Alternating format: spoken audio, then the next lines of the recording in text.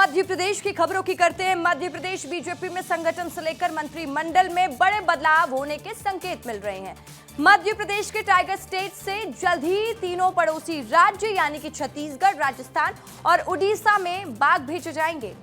VIP duty करना police के लिए हमेशा एक बड़ी चुनौती होती है, लेकिन इसी कड़ी जिम्मेदारी के बीच कुछ ऐसे पल सामने आ जाते हैं जो दिल छू लेते हैं। रीवा से एक बार फिर स्वच्छता की मिसाल पेश करने वाली तस्वीरें सामने निकल कर आ रही हैं। मध्य प्रदेश का सिंगरौली जिला अब सिर्फ कोयले के लिए नहीं बल्कि अब सोने के लिए भी जाना जाएगा। देखिए मध्य प्रदेश में क्या हुआ, आपके शहर में क्या हुआ, विस्तार न्यूज का रिपोर्टर आपको बता रहा है। मध्य प्रदेश में संगठन से लेकर मंत्रिमंडल में बदलाव को लेकर बड़े संकेत मिल रहे हैं। सुगबुगाहट तेज हो गई है और लगातार नेताओं की मेल मुलाकात की तस्वीरें सामने आ रही हैं। सत्ता संगठन में तालमेल के लिए नई दिल्ली में केंद्रीय गृह मंत्री अमित शाह से मध्य प्रदेश सरकार में मंत्री कैलाश विजयवर्गीय की मुलाकात हुई है। इधर राजधानी भोपाल में विधानसभा अध्यक्ष नरेंद्र सिंह तोमर से मुख्यमंत्री डॉक्टर मोहन यादव की उनके घर पर मुलाकात हुई। वहीं मध्य प्रदेश के पूर्व गृह मंत्री डॉक्टर नरोत्तम मिश्रा की राज्यपाल मंगू भाई पटेल से मुलाकात की तस्वीरें सामने आई हैं, जिससे कयास लगाए जा रहे हैं कि जल्द ही उन्हें बड़ी जिम्मेदारी मिल सकती है। और यही तस्वीरें इशारा कर रही हैं कि एमपी में बीजेपी संगठन में राजनीतिक नियुक्तियां जल्द हो सकती हैं। सालों से राजनीतिक नियुक्तियों के इंतजार में बैठे राजनेताओं का लग रहा है इंतजार अब जल्द ही खत्म होने वाला है, क्योंकि मध्य प्रदेश में लगातार सियासी उठापटक जारी है और लगातार जो तस्वीरें सामने आ रही हैं वो कुछ बहुत बड़ा होने का इशारा कर रही है। मध्य प्रदेश टाइगर स्टेट है और अब मध्य प्रदेश के जो टाइगर हैं वह दूसरे राज्यों में जाते दिखाई देंगे, क्योंकि जिस प्रकार से मध्य प्रदेश सरकार बहुत जल्द छत्तीसगढ़, राजस्थान और उड़ीसा ये तीनों राज्यों में मध्य प्रदेश के जो टाइगर हैं उनको भेजा जाएगा। टाइगर की संख्या बढ़ाने के उद्देश्य से यह कदम उठाया गया है। टाइगर को भेजने से पहले तीनों राज्यों के वन विभाग के अफसरों को विशेष ट्रेनिंग दी जाएगी। इसके लिए अक्टूबर महीने में मध्य प्रदेश बुलाकर उन्हें ट्रेनिंग दी जाने की तैयारी की जाएगी। इस ट्रेनिंग में टाइगर के परिवहन, उनकी सुरक्षा, जंगल में छोड़ने के बाद निगरानी और प्रजनन संबंधित जो ट्रेनिंग है वह शामिल होगी। अधिकारियों के मुताबिक यह प्रक्रिया बिल्कुल सुरक्षित है और वैज्ञानिक तरीके से की जाएगी ताकि बाघ और जंगल दोनों सुरक्षित रहें। सरकार की इस योजना से पड़ोसी राज्यों को भी टाइगर मिलेगा और टाइगर के प्रति लोग वहां के जागरूक होते दिखाई देंगे। कैमरा पर्सन राजाराम के साथ विवेक राणा, विस्तार न्यूज, भोपाल। वीआईपी ड्यूटी करना पुलिस के लिए हमेशा एक बड़ी चुनौती होता है, लेकिन इस कड़ी जिम्मेदारी के बीच कुछ ऐसे पल सामने आते हैं जो दिल छू लेते हैं। धार जिले से एक ऐसी तस्वीर सामने आई है जिसने सबका दिल जीत लिया है। धार जिले के भांसौल में आयोजित प्रधानमंत्री के कार्यक्रम में लाखों की भीड़ उमड़ी थी। सुरक्षा के लिहाजे से चप्पे चप्पे पर पुलिस तैनात थी। इस दौरान एक ऐसा दृश्य सामने आया जो इस पूरे आयोजन की सबसे भावुक तस्वीर बन गया। सभा समाप्त हो चुकी थी और एक विकलांग व्यक्ति जो हाथों के सहारे सरकते हुए बाहर निकलने की कोशिश कर रहा था, उसे देखकर धामनौद थाना प्रभारी प्रवीण ठाकरे तुरंत उसकी ओर बढ़े और थाना प्रभारी ने बिना एक पल की देर किए उस व्यक्ति को गोद में उठा लिया। इस सराहनीय कार्य के लिए प्रदेश के डीजीपी कैलाश मखवाना ने थाना प्रभारी प्रवीण ठाकरे को 5,000 रुपए की नगद पुरस्कार से सम्मानित किया। धामनौद थाना प्रभारी प्रवीण ठाकरे ने यह साबित कर दिया कि वर्दी सिर्फ अनुशासन ही नहीं, करुणा और संवेदना का भी प्रतीक हो सकती है। जफर अली, विस्तार न्यूज, धार।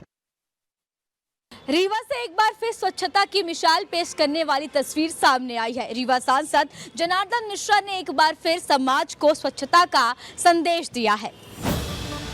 रीवा सांसद जनार्दन मिश्रा अक्सर अपने अनोखे स्वच्छता अभियानों के लिए जाने जाते हैं। एक बार फिर उनकी ऐसी ही तस्वीर निकलकर सामने आई है, जहां सांसद जनार्दन मिश्रा ने नया बस स्टैंड परिसर में खुद झाड़ू लगाकर सफाई की है और नालियों से कचरा भी हटाया है। कुछ ही दिन पहले उनकी एक वीडियो वायरल हुई थी जिसमें वे बच्चों को नहलाते नजर आए थे। यह भी स्वच्छता पखवाड़ा का हिस्सा था। जनार्दन मिश्रा का कहना है कि जब तक नेता खुद आगे नहीं आएंगे तब तक समाज में बदलाव मुश्किल है, इसलिए वे खुद मैदान में उतरते हैं और लोगों को प्रेरित करते हैं। बस स्टैंड परिसर में लोगों ने सांसद जनार्दन मिश्रा की इस पहल की काफी तारीफ की, साथ ही साथ उनका हाथ भी बटाया। स्वच्छ भारत मिशन को अगर जमीनी स्तर पर उतारना है तो सांसद जनार्दन मिश्रा की ये पहल वाकई एक मिसाल है। वीडियो जर्नलिस्ट किशोर गोस्वामी के साथ मैं सुरभि वर्मा, विस्तार न्यूज।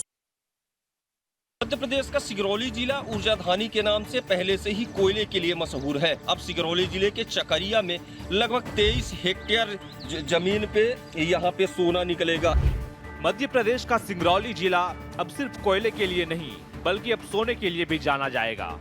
यह सोना लगभग 23 हेक्टेयर क्षेत्रफल में फैले चक्रिया गोल्ड ब्लॉक में मौजूद है।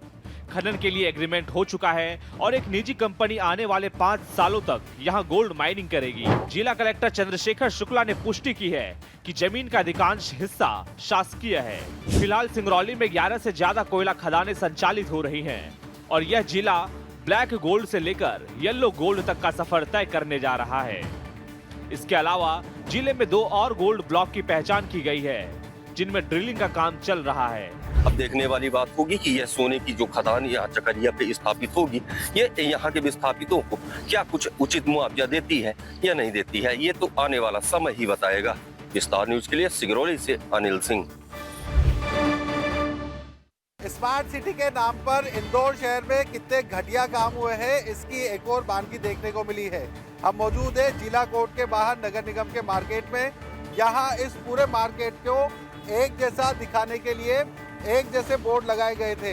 यह तस्वीरें हैं इंदौर के जिला कोर्ट के बाहर नगर निगम के मार्केट की, जहां दुकानों को एक जैसी पहचान देने के लिए सभी दुकानों के बाहर एक जैसे बोर्ड लगाए गए थे। इन बोर्ड्स के लिए दुकानदारों से पैसे भी वसूले गए, लेकिन अब वही बोर्ड स्मार्ट सिटी की स्मार्ट गुणवत्ता की पोल खोल रहे हैं। बीती रात 6 दुकानों के बोर्ड अचानक टूटकर नीचे गिर गए।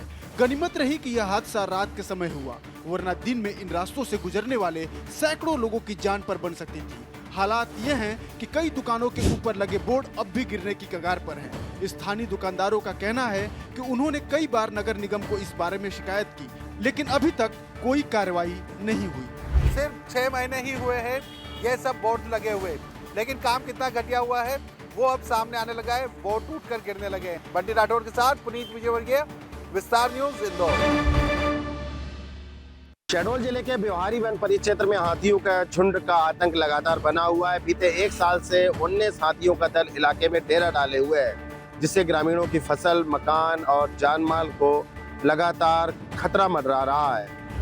शहडोल के ब्योहारी इलाके में हाथियों का आतंक थमने का नाम नहीं ले रहा। पिछले 1 साल से 19 हाथियों का एक दल इलाके में सक्रिय है, जो हर रात खेतों में घुसकर फसल बर्बाद कर रहे हैं। अब तक 10 एकड़ से ज्यादा धान की फसल को हाथी बर्बाद कर चुके हैं। यही नहीं, झुंड ने कई ग्रामीणों के मकानों को भी नुकसान पहुंचाया है। ग्राम झिरिया, ठाल, चरका जैसे गांव सबसे ज्यादा प्रभावित हैं। यहाँ के ग्रामीण दिन में खेतों की सुरक्षा करते हैं और रात में रत जगा करने को मजबूर हैं। डर का आलम यह है कि लोग बच्चों और बुजुर्गों को गांव से बाहर रिश्तेदारों के पास भेज रहे हैं। अब वन विभाग की टीम हाथियों पर नजर तो बनाए हुए है। हाथियों का दल जहां एक और वन्य जीव के संरक्षण की चुनौती पेश कर रहा है, वहीं दूसरी ओर किसानों के लिए आर्थिक और मानसिक त्रासदी बनकर रह गया है। अब देखना ये होगा कि प्रशासन कब जागेगा और इस समस्या का स्थायी समाधान कब तक निकलता है। कैलाश लालवानी, विस्तार न्यूज, शहडोल। उज्जैन में सम्राट विक्रमादित्य हेरिटेज होटल के नाम से ठगों ने लाखों रुपए की ठगी की और जो उज्जैन श्रद्धालु बाबा महाकाल की नगरी में दर्शन करने आते, घूमने आते, उन पर जिस प्रकार रूम के नाम से लाखों रुपए की ठगी को अंजाम दिया है। उज्जैन के सम्राट विक्रमादित्य हेरिटेज होटल के नाम पर ठगों ने फर्जी वेबसाइट और QR कोड के माध्यम से श्रद्धालुओं से एडवांस बुकिंग की रकम ठग ली है। अब तक 6 लाख रुपए की ठगी की वारदात सामने नजर आई है। साइबर ठगों ने अपने मोबाइल में भगवान महाकाल की DP लगा रखी है और भस्म आरती के नाम से, दर्शन कराने के नाम से लोगों से एडवांस बुकिंग के माध्यम से पैसा मंगाया जाता है और होटल प्रबंधक और श्रद्धालुओं ने महाकाल थाने में पहुंचकर शिकायत दर्ज कराई है। वहीं पुलिस का कहना है कि जल्द ही साइबर टीम इस पर जल्द ही खुलासा करेगी। हेरिटेज होटल के नाम से ठगों ने कई श्रद्धालुओं से ठगी को अंजाम दिया है। उस पर आखिर पुलिस को कब सफलता मिलती है, इस पर भी कहीं न कहीं सवालिया निशान खड़े होते हैं। मैं सिंह ठाकुर के साथ संतोष कृष्णानी, विस्तार न्यूज, उज्जैन। बड़वानी जिला प्रशासन ने बड़वानी जिले में 3 खेल मैदान बनाए थे। 80-80 लाख रुपए की लागत। मैदान पूरी तरीके से जर्जर हो रहा है, यहाँ कोई व्यवस्था नहीं है। बड़वानी जिले में ग्रामीण अंचलों की खेल प्रतिभाओं को निखारने के लिए सरकार ने करीब 1 दशक पहले 3 खेल मैदानों को मंजूरी दी थी। करीब 2 करोड़ 40 लाख रुपए की लागत से ये मैदान बनने शुरू तो हुए, लेकिन काम पूरा सिर्फ एक तलून के मैदान का ही हो पाया, जिसके बाद भी बच्चे यहाँ नहीं खेल पा रहे हैं क्योंकि इस खेल मैदान में हेलीपैड बना दिया गया है। तलून में बना ये मैदान कभी स्टेडियम जैसा दिखता था, लेकिन अब वहाँ घास और झाड़ियाँ उग गई हैं। तार फेंसिंग गायब है और बाउंड्री वॉल भी नहीं है। पिछले महीने राष्ट्रपति के संभावित दौरे के चलते तलून के मैदान का सौंदर्यीकरण जरूर हुआ और इसे हेलीपैड बना दिया गया, लेकिन आज भी खेल गतिविधियों के लिए कोई ठोस व्यवस्था नहीं है। ग्राम पंचायत के सरपंच का आरोप है कि सिर्फ हैंडओवर करने से कुछ नहीं होता है, कोई राशि या कोई मत दिया जाए जिससे इसकी देखरेख की जा सके। बड़वानी से विस्तार न्यूज के लिए सचिन राठौर। मध्य प्रदेश के आदिवासी बाहुल्य जिला झाबुआ में छात्रों ने अपनी मांगों को लेकर आंदोलन की राह पकड़ ली है। चैनपुरा गांव के एकलव्य आदर्श आवासीय विद्यालय के छात्रों ने अपनी मांगों के लिए आज जमकर हंगामा किया। झाबुआ के चैनपुरा स्थित एकलव्य आदर्श आवासीय परिसर में उस समय हड़कंप मच गया जब सैकड़ों छात्र अपनी लंबित मांगों को लेकर अचानक परिसर से बाहर निकल आए और पैदल ही कलेक्टर कार्यालय की ओर रवाना हो गए। जानकारी लगते ही मेघनगर एसडीएम, तहसीलदार, नायब तहसीलदार और बीआरसी मौके पर पहुंचे और बीच रास्ते में छात्रों को रोका गया।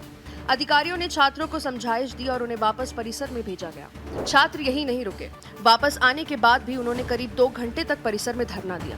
छात्रों की मुख्य मांग है कि झाबुआ कलेक्टर स्वयं परिसर में आए और उनकी समस्याओं का समाधान करें। एकलव्य स्कूल के इन छात्रों का आंदोलन भले ही अभी थम गया हो, लेकिन उनका गुस्सा कभी भी फूट सकता है। अगर उनकी मांगे पूरी नहीं हुई तो किसी भी समय फिर से वे आंदोलन पर उतर सकते हैं।